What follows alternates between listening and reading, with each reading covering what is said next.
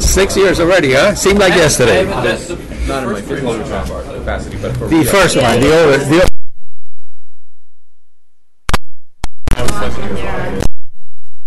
That's a low problem.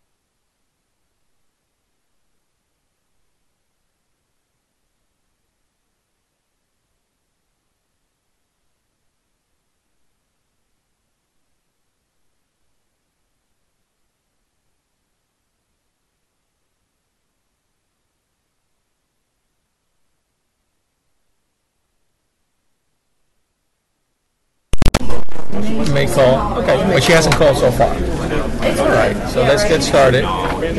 Matt has to go. Okay. I'm done. All right. I need a better hammer here. Slam it. I gotta slam my hammer here. Don't be shy. Whoops. Good morning. Oh, no, we're good. We're good. Yes.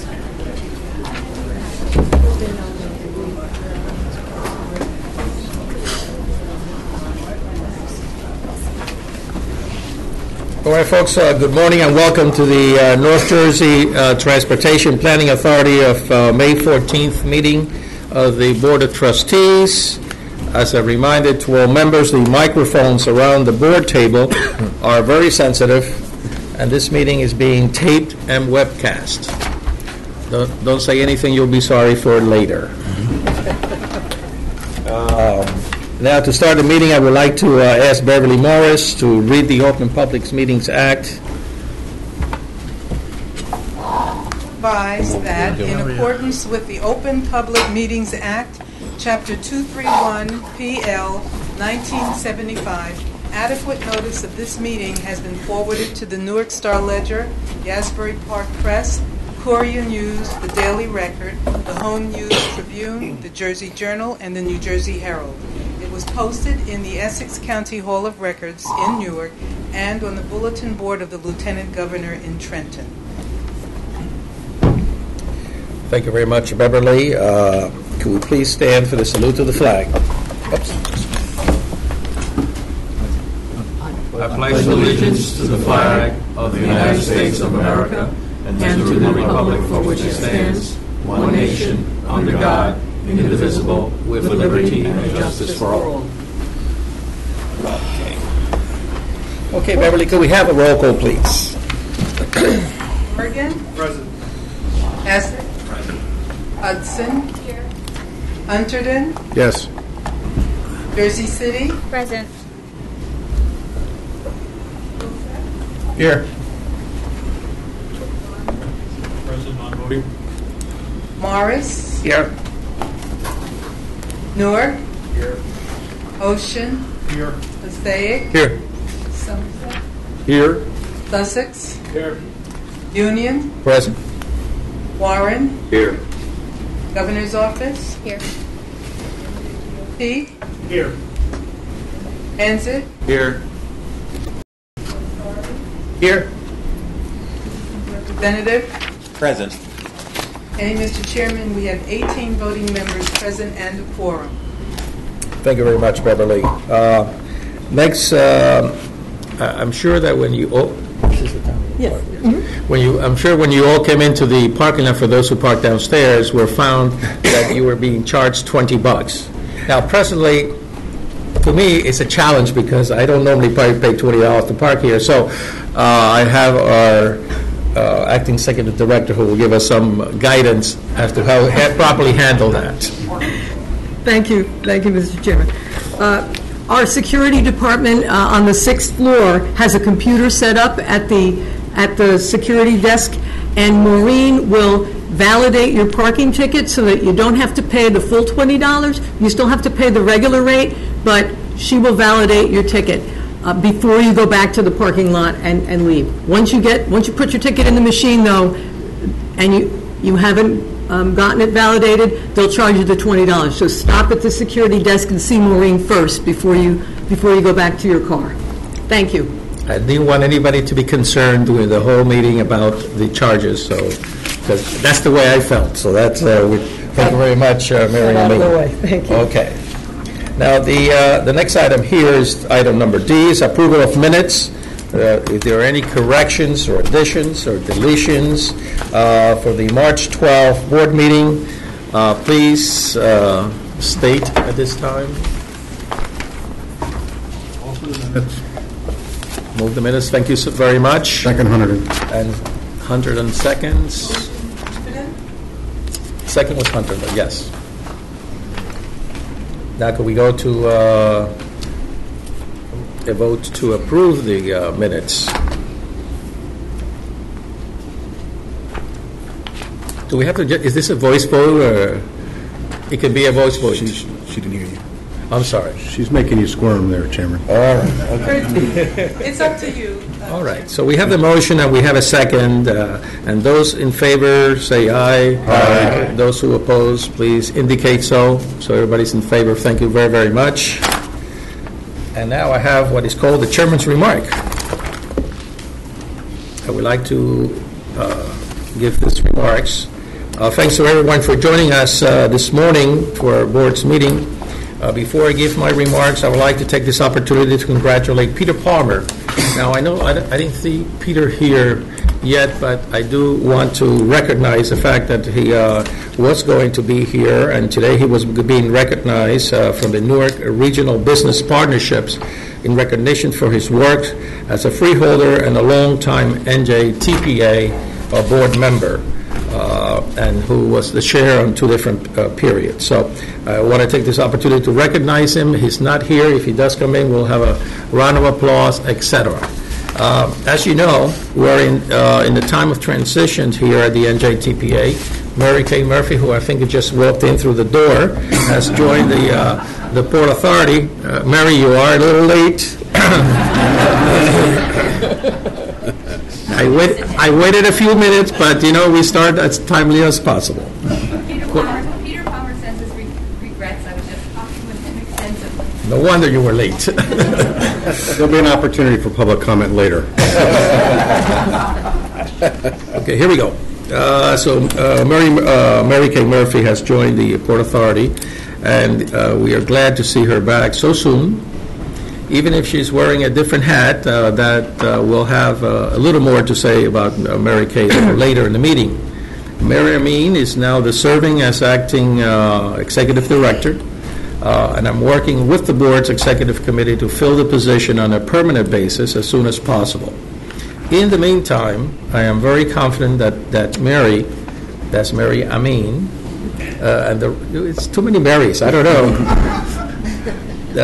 With Mary Amin and the rest of the staff that will keep things running smoothly here at the NJTPA. Of course, the important work of the NPO must go on. Today, the board will vote on several amendments to the Transportation Improvement Program. Taken together, they are the good representation of the board's transportation's mission of the NJTPA as outlined in Plan 2045, our long-term transportation plan, as well as the directions outlines in the Together New Jersey Regional Plan. Today's actions help advance a bicycle pedestrian project here in Newark, several bridge projects in county and state roads, pavement preservation, work on various roads, and a downtown streetscape improvement in New Providence in my own county of Union.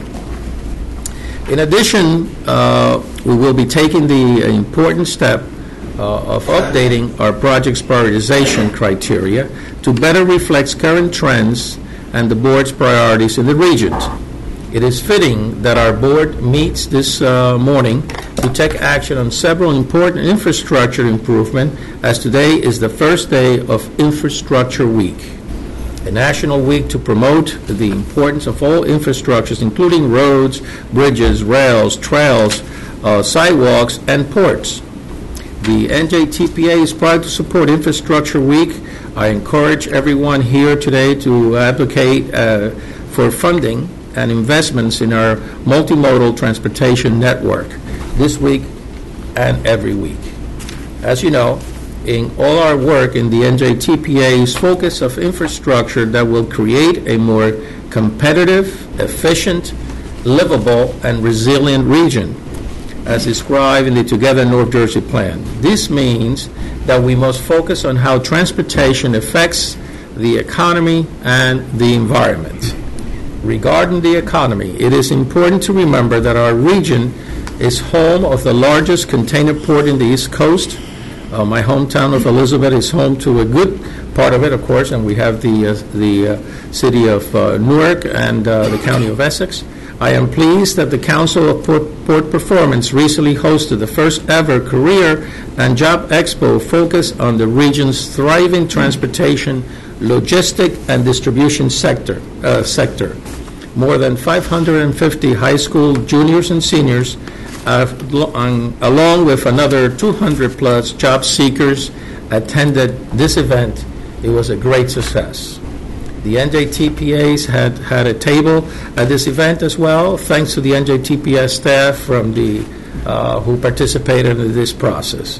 Of course, even as we look to seize the economic opportunities created by the port and other industries, we also must be mindful of our environment. This includes looking at ways to replace old trucks going in and out of the port, as well as antiquated marine vessels and construction vehicles. We have worked closely with partners with the Port Authority and the NJTPA, New Jersey Department of Environmental Protection, to advance these programs.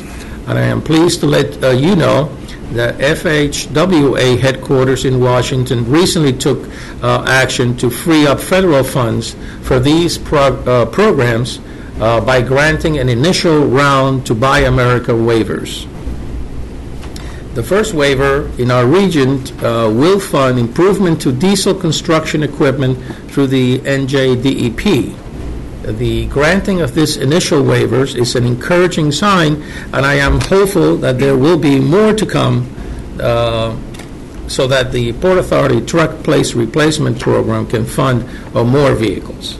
While the majority of our freight in our region moves via truck, rail, of course, also plays a very important role. Last week, I joined the president and CEO of Conrail, along with other officials from Norfolk Southern and Conrail, on a special inspection train ride through much of the freight rail network in our region. Also participating in this were Acting Transportation Commissioner Diane Gutierrez Cachetti, staff from Senator Sweeney's office, Port Authority representative, as well as Mary Amin and other NJTPA staff.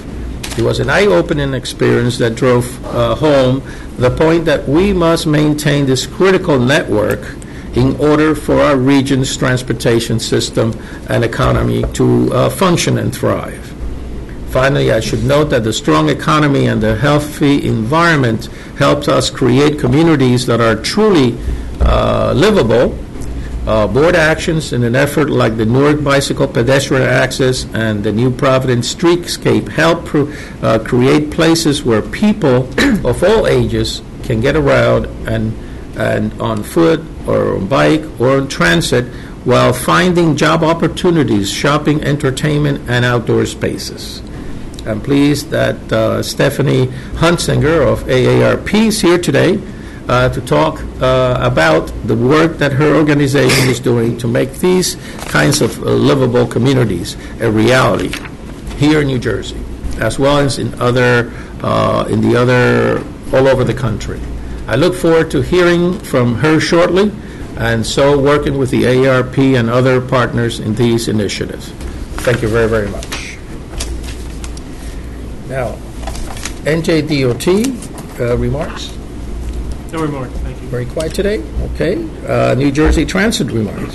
No, sir. Thank you, Jeremy. Okay. And now, since the Executive Director reports, Mary Amin would like to kindly present this report to the board. Thank you. It's an honor for me to provide my first report as Acting Executive Director. I'd like to thank the Chairman and the Executive Committee for entrusting me with this position. It's been my good fortune to work alongside Mary Kay over the last 10 years as she deftly managed NJTPA operations, meeting challenges large and small, and making innovative and exciting changes in the work we do. The board can be fully confident that the central staff will continue with all the good work she put in place and will continue to innovate and enhance our regional planning efforts. As the Chairman noted, we'll have more to say about Mary Kay later. For now, I just want to thank her for her inspired leadership. We're glad she'll continue to participate and offer guidance in her new role with the Port Authority. Now I'll continue a Mary Kay tradition by starting my report with an update on our Street Smart Pedestrian Safety campaign. We've launched a number of campaigns recently, and I'd like to thank the board members who joined us at many of these events. In April, Chairman Estrada spoke at the launch of the New Providence campaign. This month, Freeholder Lazaro participated in the Newton kickoff, and Freeholder Kenny spoke in Milltown. Other recent campaigns include Princeton and Califon, and thanks to our TMAs for leading these efforts. We're also gearing up for summer campaigns at the Jersey Shore. Street Smart message ads will appear at shore area train stations and on buses serving the shore. Harvey Cedars, Bayhead, Long Branch, Point Pleasant Beach, and other shore towns will host campaigns as well. We're also continuing to support communities interested in running campaigns. Central staff joined with the Heart and TransOptions TMAs in March to conduct a training workshop for local officials looking to implement a campaign. Another session for RTAC members and other interested parties will be held here on May 23rd. Meanwhile, we are continuing to more systematically evaluate the effectiveness of Street Smart and will soon begin work to refresh our campaign messages and branding. So yes, a lot is going on. More information is available at bstreetsmart.org, including how your town or any interested community can get involved. Of course, Street Smart is just one way the NJTPA is engaging with communities and the public throughout the region. As you'll recall, last spring, most board members participated in our extensive outreach for Plan 2045 Connecting North Jersey. The overall effort featured pop-up booths at festivals, smartphone polls, dinner parties hosted by millennials, work with ESL classes, online surveys, and much more. Traditional public meetings still have a place in public outreach, but in this age of new technologies, new forms of media, and on-the-go lifestyles, how we reach people is changing. Our Plan 2045 outreach, conducted in partnership with Voorhees Transportation Center at Rutgers, has shown us how to adapt to these new realities. I'm proud to say that these outreach efforts were recognized last month by the American Planning Association, which honored the NJTPA and Rutgers Voorhees with a Silver National Planning Achievement Award for public outreach. See the Get Involved section of our website for more about this and other innovative outreach efforts. Speaking of getting involved, I'd like to thank all those who participated at the Transaction Conference in April. The conference featured an NJTPA booth and a second booth dedicated to Street Smart. Chairman Estrada led a panel on electric vehicles. Freeholder Bartlett moderated panels on smart cities and federal transportation policies. And central staff moderated or served on many panels. Topics included autonomous vehicles, tech tools for planning, Street Smart, public outreach, funding trail projects, using drones for transportation projects, and our NJ Rideshare app. Turning to capital programming activities, in addition to preparing the TIP amendments before the board today, as the chairman mentioned, central staff has been coordinating sub-regional review of the Transportation Capital Program, the yearly list of state-funded projects. NJDOT provided us with the draft program 2 weeks ago, and copies were distributed to board members, alternates, and sub-regional staff. Any comments, questions, or concerns should be provided to us by this Friday, May 18th. We will coordinate with NJDOT in getting responses and resolving issues where needed. The capital program is also being reviewed by and is subject to approval by the state legislature. There are many other central staff activities to report, but in the interest of time, I will refer you to the highlights included in your board books. You will note that it makes mention of a pending solicitation for a new round of sub-regional studies. I also wanted to note that board handbooks are being distributed today to those members who haven't yet received copies. It's also available online. You will also receive a brochure on resources available on alternative fuel vehicles developed as part of our recent study. Finally, I'd like to announce a number of upcoming meetings. The Together North Jersey Training Institute, which conducted a well-attended Healthy Communities workshop here on May 10th, will offer a funding, resource, and grant writing workshop on June 19th at Rutgers in New Brunswick. Webinars, on climate change, green infrastructure, and resiliency will also be offered in June. Please go to the TNJ website for more details. In addition, the 2018 New Jersey Sustainability Summit will be held at the College of New Jersey on June 21st. Mr. Chairman, that concludes my report. Thank you very much. Well, all right. Now, next is the project prioritization. The project prioritization report, and Freeholder DeFilippo could not be here today, so I will read some of the committee's report. And since the last board meeting, the committee considered 4 action items on the April 16th and the 5th on May 7th. That was done through a teleconference. All 5s are in today's agenda. The first concerns approvals of the recently updated project prioritization criteria for state and local highways and bridges projects. These criteria are used to score and rank proposed projects in terms of how well they meet goals and objectives set by the board and featured in our 2045 plan, our long-range plan for the region. These project prioritization criteria were last updated in the year 2007. They have worked well over the years, but needed an update to reflect the new realities, including the impact of Great Recession, Superstorm Sandy, and climate change, as well as stronger emphasis on resiliency, livability, sustainability, and safety. Over the last 2 years, staff has briefed the Project Prioritization Committee and the RTAC on its progress of these criteria and developments. This includes 2 RTAC workshops and 8 web-based voting exercises, along with numerous reviews and comments from the RTAC members. The new set of criteria confronts to the federal requirement for performance-based planning and reflects the priority of the Plan 2045. And also the Together North Jersey Regional Plan and other recent NJTPA studies.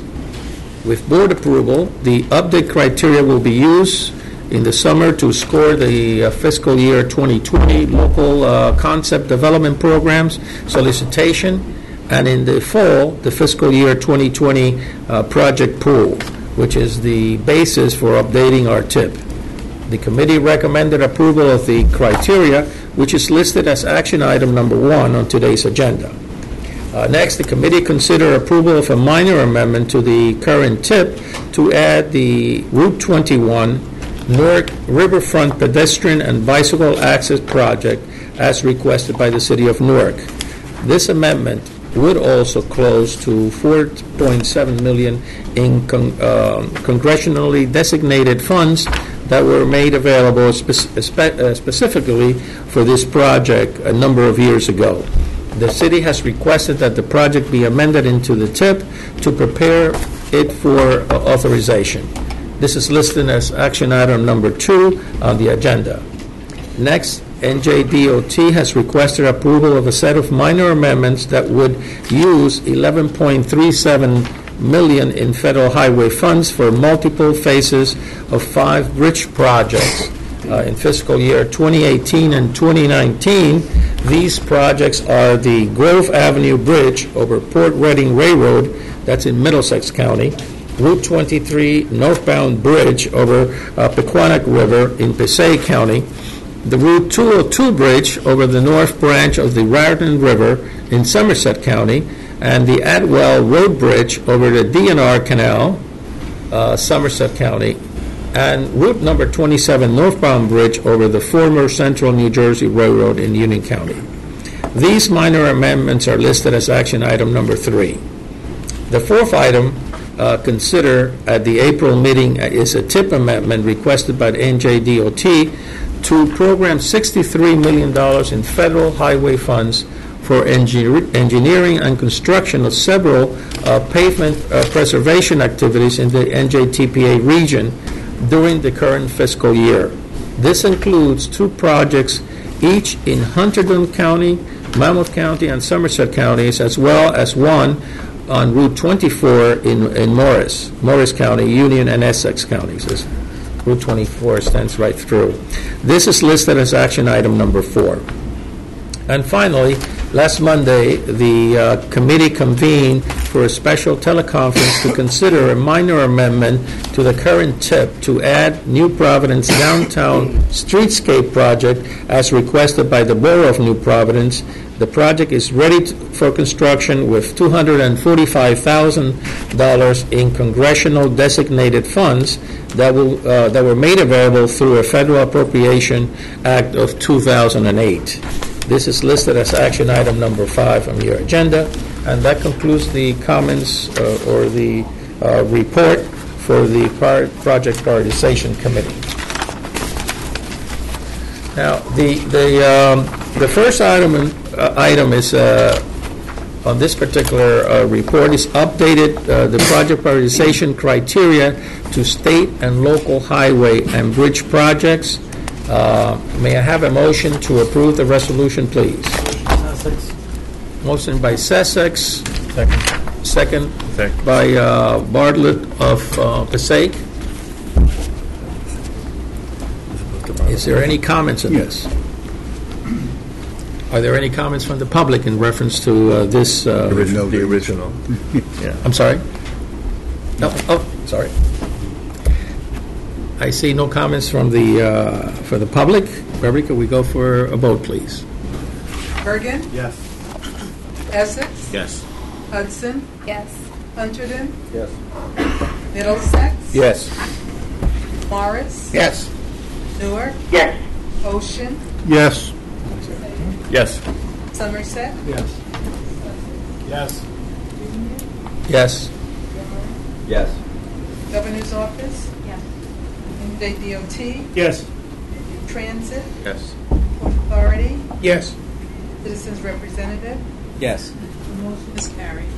Thank you very much. The number 2 minor amendment to the fiscal year 2018 to 2021 Transportation Improvement Program to add Route 21 Newark Riverfront Pedestrian and Bicycle Access Project requested by the City of Newark. May I have a motion to approve this resolution? So moved. Okay. Second, Somerset. So we have... Ocean and Somerset? Correct. Any comments from the board members? Any comments from the members of the public on this particular item? Seeing none, Beverly, would you please call the roll? Bergen? Yes. Essex? Hudson? Yes. Yes. Middlesex? Yes. Morris? Newark? Ocean? Yes. Yes. Somerset? Yes. Yes. Yes. Warren? Yes. Governor's Office? Yes. NJDOT? Yes. NJ Transit? Yes. Yes. Yes. Yes. Motion is carried. Thank you very much. Now we'll go to number 3. It's a minor amendment of the fiscal year 2018 to 2021 Transportation Improvement Program to add federal funds to 5 projects as requested by NJDOT. May I have a motion to approve this resolution? Motion, Sussex. Second. Okay. Passaic. Moved by Sussex, second by Passaic. Moved by Sussex and second by Passaic. Thank you, sir, very much. Okay, is there any questions on the matter? Any comments from the board members or the audience? Nothing from the audience? Okay. Could we go, Beverly, to a vote on this, please? Bergen? Yes.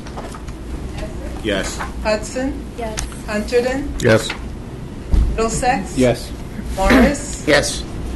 Newark? Ocean? Yes. Passaic? Yes. Somerset? Yes. Yes. Union? You said yes. Yes for Union. Warren? Yes. Governor's Office? Yes. NJDOT? Yes. NJ Transit? Yes. Port Authority? Yes. Citizens Representative? Yes. Motion is carried. Thank you very much. And number 4 is a minor amendment let's see, Transportation Improvement Program to add pavement preservation. The NJTPA program is requested by DOT. I have a motion to move number 4. Hunterton. Hunterton. Hunterton? Who's the second? Anyone second it? Second. Thank you very much. Beverly, could we go to a, well, first of all, are there any questions on this particular motion from any board member? Are there any questions on this matter from the public? Being none, would you go to a vote, please? Yes. Essex? Yes. Hudson? Yes. Hunterton? Yes. Yes. Yes. Newark? Yes. Ocean? Yes. Passaic? Yes. Somerset? Set? Oh, yes, I'm sorry. He was thinking about it. Sussex? Yes. Union? Yes. Warren? Yes. Governor's Office? Yes. NJDOT? Yes. NJ Transit? Yes. Port Authority? Yes. Citizens Representative? Yes. Motion is carried. Thank you very much. Number 5 is a minor amendment to the fiscal year 2018 to 2021 Transportation Improvement Program to add the new Providence Downtown Streetscape project as requested by the Board of New Providence. May I have a motion to move this, please? Union will move it. Union moves. Second. We have 2 seconds here. Somerset second. Yes. Hunterton also was willing to jump in there. So Hunterton. Now, are there any questions from any of the board members on this matter? Any questions from the public? Okay, Beverly, would you please go to a roll call? Yes. Essex? Hudson? Yes. Hunterton? Yes. Middlesex? Yes. Morris? Yes. Newark? Yes. Ocean? Yes. Passaic? Yes. Somerset? Yes. Sussex? Yes. Union? Yes. Warren? Yes. Governor's Office? Yes. NJDOT? Yes. Transit? Yes. Yes. Yes. Carried. Thank you very much. I now call on Freeholder John Bartlett, Chair of the Planning and Economic Development Committee, to give us a committee report. John. Thank you very much, Chairman. I'm pleased to report on the activities of the Planning and Economic Development Committee. At the April joint meeting, central staff updated the committee on the development of federally required statewide performance measures. You will recall that this board adopted the safety performance measures targets set by NJTOT last fall. In the coming months, we will also be asked to endorse targets for highway assets, travel time reliability on national highway system roads, freight travel time reliability on interstates, and pollutant emissions. When NJTOT notifies us that these targets have been set, the NJTPA will then have 180 days to either agree to support the statewide targets or to set targets specific to the NJTPA region. The NJTPA has been working collaboratively with NJDOT on developing the targets. Central staff also updated the committee on target setting for 2 required congestion-related performance measures, one involving non-single occupancy vehicle travel and one involving peak hour excessive delay. These are not statewide criteria. Instead, they apply to large urbanized areas with more than 1 million people. The NJTPA is part of 2 such urbanized areas, the New York, New Jersey urbanized area and the Pennsylvania, New Jersey, Delaware, Maryland urbanized area, which I guess between them covers pretty much all of our region. We have worked with transportation agencies and MPOs in both areas to identify and agree on single unified targets. NJDOT and the other state departments of transportation in these urbanized areas must submit the targets to the Federal Highway Administration by May 20. As with the statewide targets, once the NJTPA has been notified by NJDOT that urbanized targets have been established, the targets will be brought to this board for endorsement. Also at the meeting, central staff reported that the Together North Jersey Consortium is advancing about 75 strategies from its 2015 plan by providing technical assistance through a new local partner re-granting program. The program enables recipients of the original grants supporting local demonstration projects and local government capacity to continue their efforts. Currently, 3 grants have been awarded. Middlesex County will promote the Middlesex Greenway through signage, branding, and messaging. The City of Passaic will advance its promotion plan for Market Street and the city's main corridor. And the Urban Essex Corridor Coalition will practice tactical urbanism by installing lighting under NJ Transit underpasses for increased safety. Finally, staff let us know that NJDOT continues to host incident management and operation task force meetings with a variety of stakeholders and agencies concerning the 4-year I-495 bridge reconstruction project located on the approach to the Lincoln Tunnel. Beginning later this year, construction will require lane closures on this heavily traveled corridor. Mr. Chairman, that concludes my report. Thank you very much. Next, I will call on Freeholder Charles Kenny, Chair of the Freight Initiative Committee, to give a committee report, please. Thank you, Mr. Chairman. I am pleased to report on the April meeting of the Freight Initiatives Committee, which featured 3 presentations on freight rail investment and activity in the region. First, we were joined by Rick Crawford, Director of Government Projects for Norfolk Southern, one of the national freight railroads that serve the NJTPA region, the other being CSX.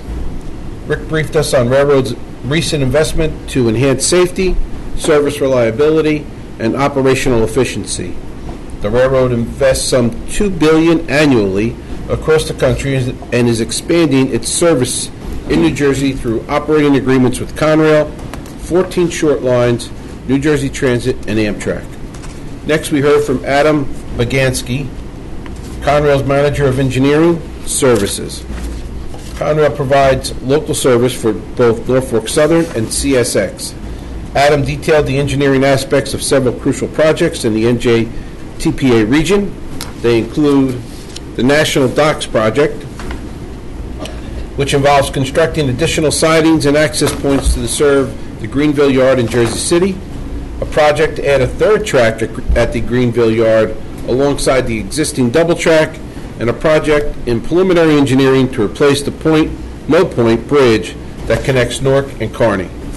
The committee also heard from Charlie Cunningham, Port Authority Manager of Intermodal Rail Development. Charlie briefed the committee on the Port Authority's Express Rail System, which has created dedicated on-dock rail facilities for each of the port's major container terminals at Port Newark, Port Elizabeth, and in Staten Island. The 4th yard, serving Global Container Terminal Bayonne, will become operational later this year. It is partially funded through a Tiger grant. Charlie noted that the complete express rail system will take as many as 2.25 million trucks off the road every year. It also enables the port to handle the increasing number of containers being shipped on the new larger vessels. He also discussed the increase in domestic freight rail, car float activity at the Greenville Yard, which involves transportation of containers to and from Brooklyn by barge. The Port Authority is upgrading the car float operation as retained. Turn the page. There we go. A consultant team to conduct the 2nd phase of the environmental impact statement study on the cross-harbor movements. Also at the meeting, we heard from the New York City Department of Transportation, the Port Authority, the NJDOT, successfully worked with Global Container Terminals to resolve issues with truck permits for overweight containers transported between New Jersey and Staten Island, where the Holland Hook Terminal will soon be the site of an Amazon distribution center. I just want to thank the people from the NJTPA for putting this together, and Mr. Chairman, that concludes my report. Thank you very much. And next, we'll hear from Freeholder Matt Holt, an update on the federal policy. Thank you, Chairman. Good morning, everybody. In the last 60 days, there have been some important developments related to federal transportation funding and to similar federal transportation policy. In late March, the President signed into law a $1.3 trillion omnibus budget bill that funds the federal government through October 1st of this year.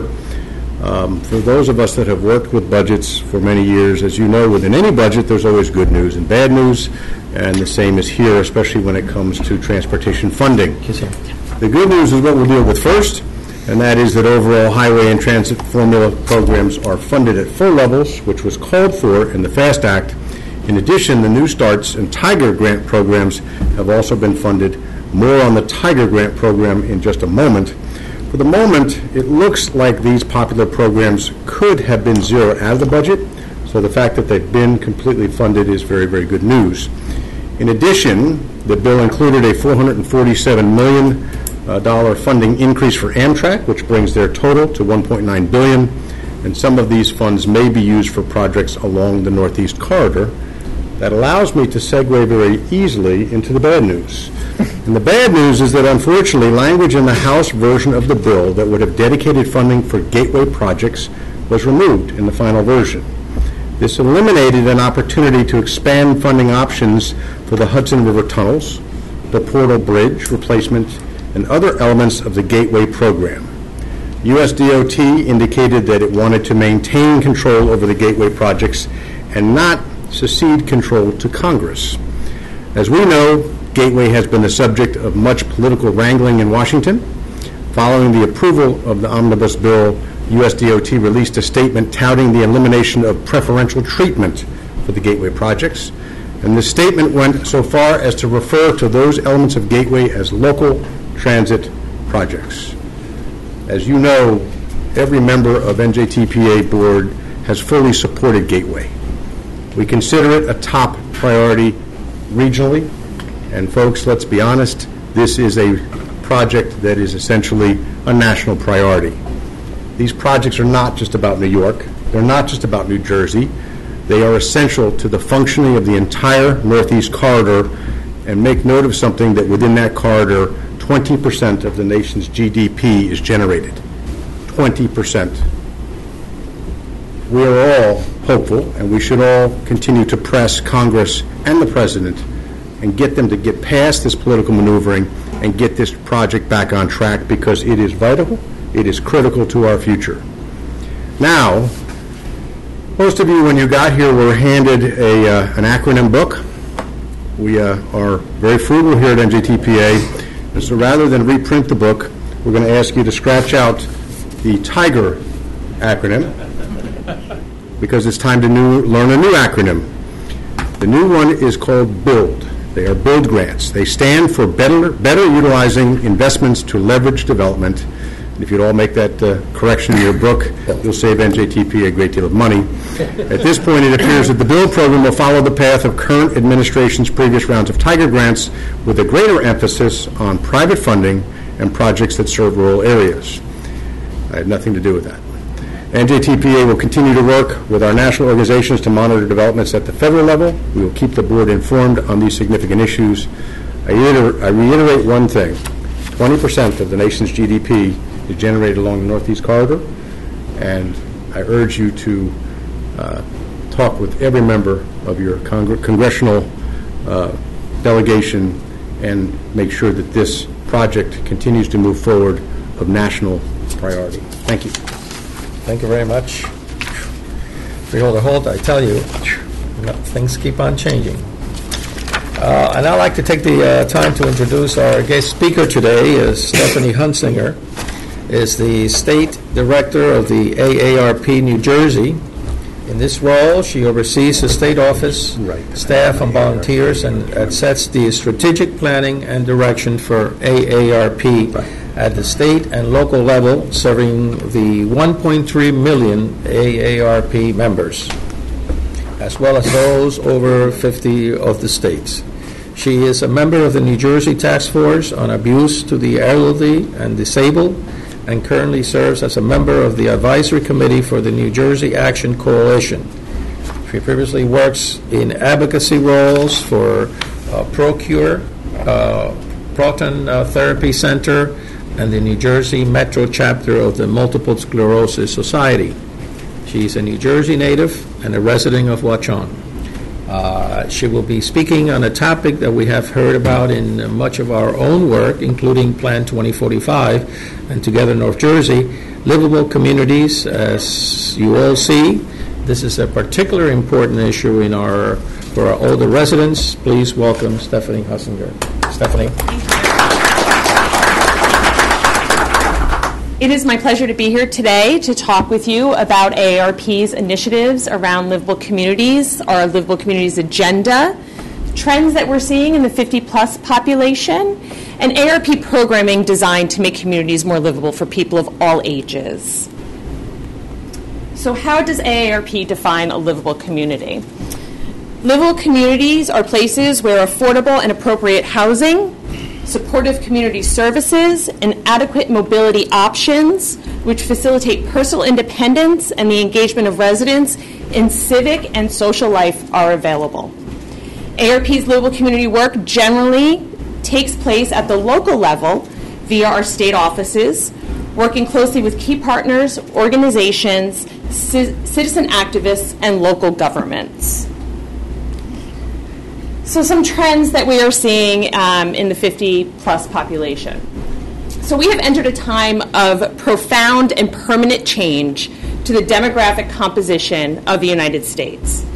Every day, 10,000 boomers turn 65. By 2030, the U.S. will have twice as many people over the age of 65 as we have today.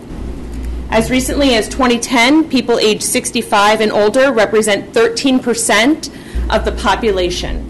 And just as a note, AARP has more than 65,000 members who are over the age of 100. The growth of the aging population is due to baby boomers. By 2030, those older adults will represent 20% of the population, more than doubling number from 35 million to 72 million. The Census Bureau projects that the 65 population will grow faster than populations at large in all 50 states. And some states will find they have more Medicare-eligible residents than school-aged children. Life expectancy for a 60-year-old man in the U.S. is an additional 20.8 years, and for a woman, 24 years. We have a large number of people that are aging, and that is great that people are living longer. But unfortunately, they are living longer with chronic conditions. 75% of the 65-plus population have one or more chronic conditions. These chronic conditions can affect many aspects of mobility, from transportation, such as driving, to getting out of bed, to walking upstairs, to simply taking milk out of the fridge. And all of these are mobility concerns. I'm going to talk a little bit about trends we are seeing in both people age 50 plus and in millennials.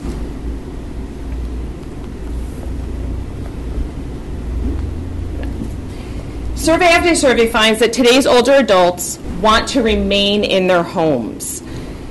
We have recently updated an AARP survey that was conducted of the 45 plus population. Participants were asked to respond to key statements such as, "What I'd really like to do is stay in my current residence throughout retirement." Over 3/4 of the 45 plus want to stay in their current residence for as long as possible. And for the 65 plus, that number is 88%. This has been consistent over the last number of years. We did this survey originally in 2004. Most houses haven't been designed to adapt. In fact, American homes have traditionally been designed and built for able-bodied 35-year-olds. Survey after survey finds that today's adults want to stay in their community. For the past 50 years, communities have developed around cars and other motor vehicles as principal forms of transportation. Since 1990, roughly 90% of older Americans have stayed in the county they have been living in, if not the very same home, and the same is true for the 45 plus. If members can't remain in their current home, they at least want to remain in their local community. And why is this? Because this is where their family and their friends are, as well as community services that they have become accustomed to. 1 in 5 drivers over the age of 65 by 2025 we will have 1 in 5 drivers. 1 in 5 drivers will be over the age of 65 by 2025, but our communities are not designed to support 9 drivers. Some trends of millennials and baby boomers. So what are the similarities between baby boomers and millennials? So first, both millennials and boomers are the two largest generations in the nation's history. The baby boomers are currently estimated at 77 million, born between the 1946 and 1964, and millennials, roughly 78 million, born between 1980 and 2000. They're both at life stages where community, socialization, culture, and entertainment are paramount. Children are largely absent in the post-nester boomers and pre-nester millennial households. When we ask surveys of millennials and boomers, they all say the same thing. I want to eat, play, and work where I live. Secondly, 1 in 4 boomers live in a central city. 1 in 3 millennials live in a central city. And millennial car ownership and driver license rates are declining. From 2001 to 2011, car ownership fell from 72 to 66%. And number of licensed drivers also declined from 86 to 83%. So where does ARP come into all of this? We educate, engage, and influence public officials to plan for and enact changes that will improve the ability of 50-plus residents to live a high-quality life in their community. We also educate and engage people so they can champion or support positive changes in their communities and make changes to allow them to stay in their homes. Our volunteers support our work by being key leads in communities and supporting advocacy work. ARP has partnered with the World Health Organization as part of the World Health Organization's Age-Friendly Cities and Communities program, an international effort launched in 2006 to help cities prepare for rapid population aging and the parallel trend of urbanization. The 8 domains of livable communities are divided between the built and social environment. So the built environment includes outdoor spaces and buildings, transportation, and housing. The social environment includes social participation, respect, and social inclusion, civic participation, and employment. And the last 2 domains are communication and information, and community support and health services. There are many ARP initiatives that align with the 8 domains, including active living workshops, transportation options around complete streets, home and community-based services, housing modifications to allow aging in place, affordable housing options, protecting and promoting older workers, encouraging community involvement and volunteerism, multicultural intergenerational initiatives for social inclusion, and promoting use of technology in independent living, staying connected, and health and safety monitoring. A little bit of information about the work we've done here through the New Jersey State Office. We currently have 2 cities in New Jersey that are part of the Age-Friendly Network, Princeton and Montclair. The Age-Friendly Network is a network of cities across the United States who have made a commitment to livable communities. They are required to survey their residents to come up with an action plan of issues that are most important to the community, and then have an implementation period. It's a 5-year process. It is a living, working document, so it can change over time. But individuals who join the Age-Friendly Network are committed to 5 years of coming up with an action plan for their community and then implementing that over that 5-year period. I'm happy to say that TNEC just joined the Age-Friendly Network, so we'll be doing a ceremony with them at the end of this month. We are working with a Northern New Jersey coalition of age-friendly cities that are cities in Bergen, Middlesex, and Union County. We have an additional 5 cities that are starting the process to become part of the Age-Friendly Network. In 2017, ARP launched the Community Challenge Grant. It was set to be a grant to make communities livable for people of all ages. It was across the country. In New Jersey, we had 39 applications. We were able to do 2 applications were granted, one in Garfield for a pop-up wellness center, the other in Jersey City for a beautification project at a housing development there. Through the New Jersey State Office, we were able to additionally fund 3 additional grants, one in Metuchen for an alley activation, one in Camden with a community group called Touch NJ to provide cooking classes for food pantry recipients at a Choice Food Pantry in Camden. And the third one was with Rutgers to do a pop-up farmers market at a senior housing complex in New Brunswick. I'm happy to say that we've continued to partner with the Downtown Metuchen Alliance and several other projects they're working on this year. We have expanded upon the program with NJ Touch to incorporate 12 additional cooking classes with other community partners in that community, as well as a bilingual cooking class, 12 cooking classes in language through a Hispanic church in South Jersey, so a total of 24 classes this year. And we will be partnering with Rutgers again to provide 2 additional pop-ups this year of farmers markets. There are 300 individuals that live in the senior housing complex. Last year, with our one farmers market, we had over 165 individuals who came and participated. Not only did it give them healthy options for food, but it was also an opportunity for them to socialize. A lot of these individuals are isolated and unable to really get out in community, so it gave them an opportunity to come together, which is one of the reasons why we did that pop-up. There were several other farmers markets in New Brunswick, but transportation played an issue for many of the seniors in that housing complex, and they weren't able to get to those farmers markets, so having one right there, right outside their building, made it much easier for them. ARP is participating again this year in the Community Challenge Grant. Last year, the grant was supposed to be $500,000 across the country. We funded over $750,000 worth of projects, one project at least in every state, as well as the Virgin Islands, Puerto Rico, and in D.C. This year, we are committed to funding over $1 million worth of projects across the country. The deadline for the application is May 16th at 5 p.m. So, and that information can be found online at arp.org/livable. And these are just some pictures of the pop-up farmers market. Metuchen Parklet and alley activation.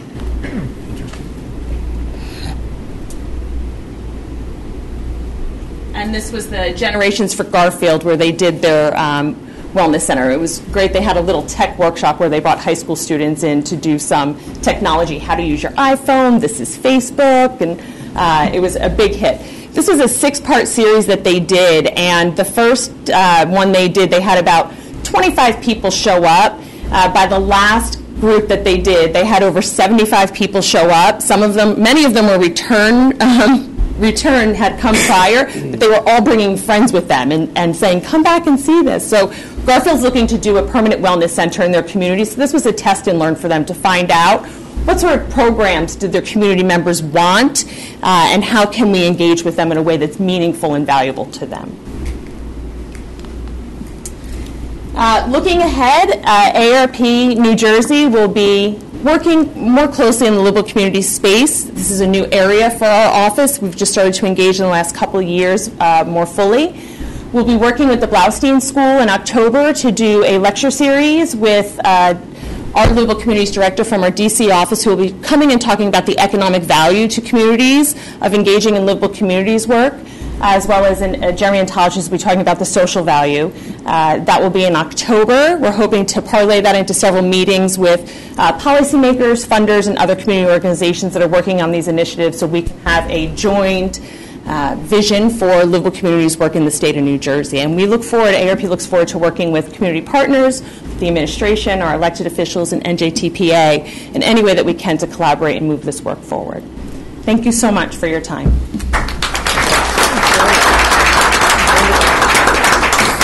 Are there any questions from the audience for Ms. Hunsinger?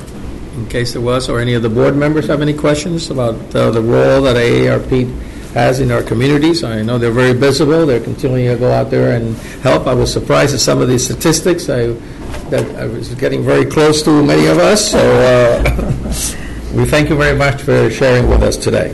Thank you. We now turn to the public portion of this meeting.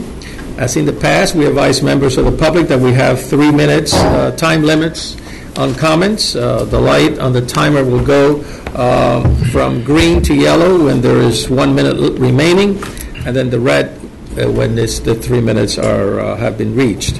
We ask you to keep your comments within the allotted time. Are there any comments from the audience? We do have a microphone here ready. Yes, sir. Good morning. Okay, Tim Sevener from the Transit Village of Mount Tabor and a longtime member of the New Jersey Association of Rail Passengers, which has been advocating for, restoring our rails, the Hudson Bergen Light Rail, the River Line. A number of projects have happened with our support. Friday before last, I went to the Regional Plan Association meeting, and I think you all are aware of the Regional Plan Association, a very powerful, influential metropolitan planning group, and it was really exciting to me because what they are saying is what we need to incorporate in Plan 2045. Seriously, restoring light rail to New Jersey. I gave you all a number of you, as many as I could, the maps of restored light rail along existing rail rights of way. This is very important. And so one of the things I want to emphasize there is that it is very important we preserve these rail rights of way so these projects can occur. I mean, a good example right now is happening, with the extension of the Hudson Bergen Light Rail finally into Bergen County along the existing rail. That needs to be preserved all the way to New York. We need to preserve. They have plans. The RPA has proposals to build a tunnel that would connect through the Bergen Arches, another place which needs to be preserved, very important corridor, that then would connect to Patterson. They envision Patterson as reawakening as a regional hub, which I think is definitely true in the future. They have water power, hydroelectric, which is going to be an important clean energy source in the 21st century. So I would like to propose that the NJTPA support preserving our rail rights of way. Do not pave them over. Do not give them up totally to bicycle pedestrian trails. Generally, they can coexist. We talked before about the proposal of a bicycle path that would go along the New York, Susquehanna, and Western Rail that Morris County is proposing. I went along that rail. The rails, 90% of the rails are still in the ground, and it is separate from a path that could be used for the bicycle pedestrian path. These things need to coexist. We need to get our light rails going, restore those passages, and then also, alongside them, have bikeways. Not remove the rail or the rail right-of-way, because this is going to be very important for the future. That's my major point. Thank you. Thank you very much for your comment, sir.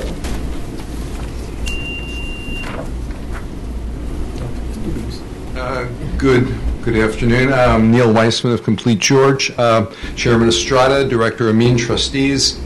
Today I would bring to your attention two very recent developments that would significantly affect growth of cycling across the region and consequently across its sole bikeable connector, the George Washington Bridge. You all have copies of extended remarks. The Bergen Park's master plan would connect its parks via streets, trails, and utility right-of-ways to form a county greenway network. Developed by the Rutgers Center for Urban Environmental Sustainability, the plan references the Atlantis Beltline. In concert with groups like New York, New Jersey Trail Conference and Jersey Off-Road Bike Association, the Bergen Plan would seek to develop a model to facilitate the design and building of sustainable hiking and biking trails within designated parks.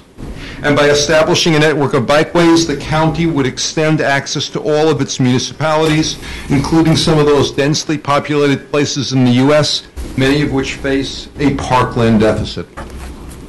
New York City DOT just announced a $90 million plan to expand bike ped capacity across 7 Harlem River bridges connecting Manhattan and the Bronx.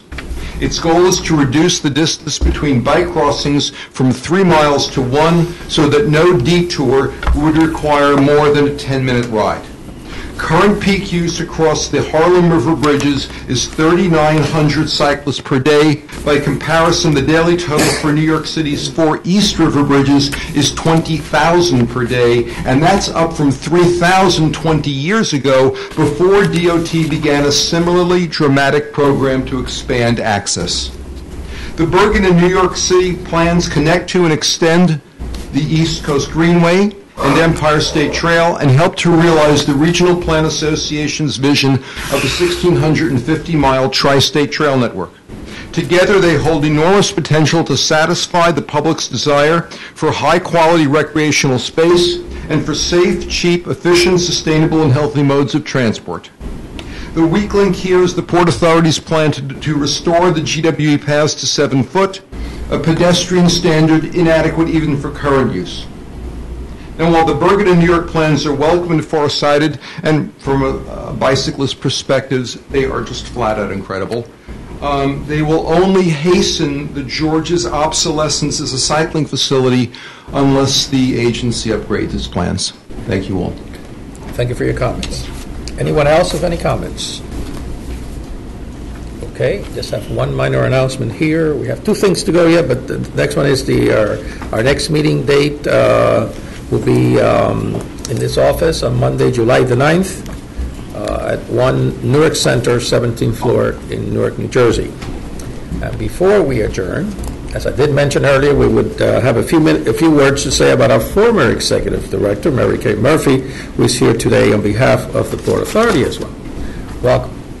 Mary Kay served as an executive director here for 10 years. During that time, the NJTPA became a more forward-thinking organization and took us on many new challenges, such as Together North Jersey, Street Smart, while continuing to deliver all its federally required plans and programs. As a small token of our appreciation, I am pleased to present a plaque which reads, the Board of Trustees of the North Jersey Transportation Planning Authority present this plaque to Mary Kay Murphy in recognition of her distinguished leadership and public service during 10th year as the NJTPA Executive Director. Through her active leadership and planning, the NJTPA helped address regional needs in safety, mobility, resiliency, technology, and so many more. Her dedicated to increased collaboration, outreach, and communications raised the profile of the NJTPA and helped prepare the regions for a prosperous and promising future. Thank you very much, Mary Kay, and Mary? Photo op. We're going to present the resolutions that are coming up. Who's coming up?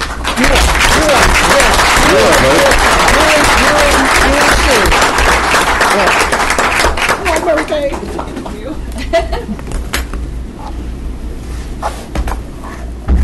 Thank you very much.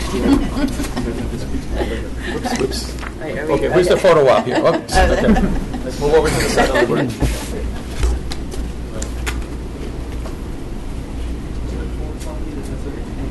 Too much glare.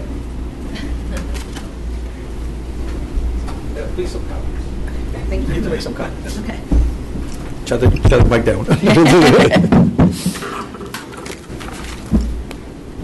Thank you.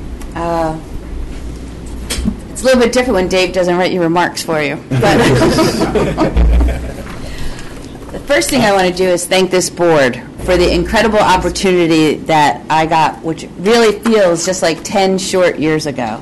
That 10 years, when I look back on it, was an amazing opportunity, and Mr. Chairman and many of the past chairs that are here and are not here with us, the opportunity that I received here at NJTPA to take this organization, I think, to a place it was already ready to go. It was ready and able.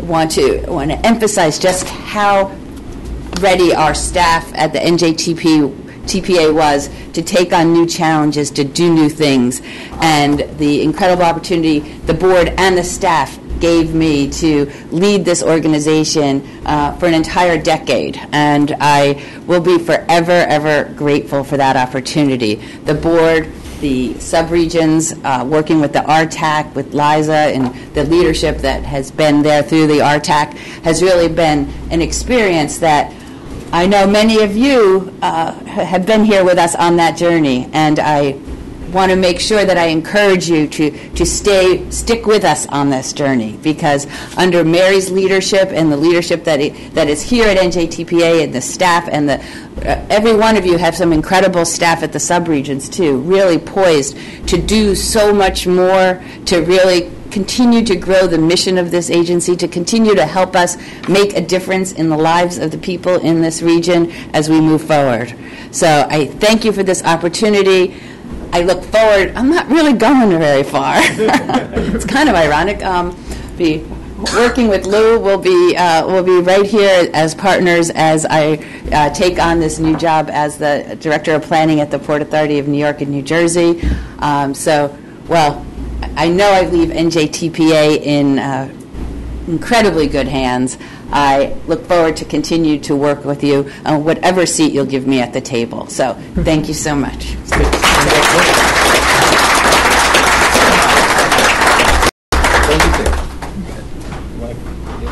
Oh, we do have, yes. Mary Kay, don't go too far. We do have one more. The gag gifts. I don't know. Let me put this away. Tara Shepard, on behalf of the TMA Council, would also like to say a few words and present you with a token of the TMA's appreciation.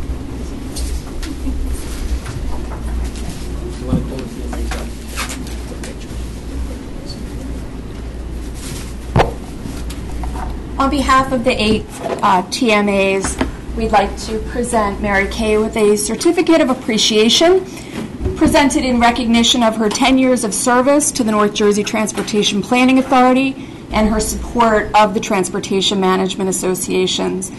I'm speaking on behalf of many of my colleagues that are in the audience today, and we'd like to thank you very much for all of your support of our work. Thank you. Thanks.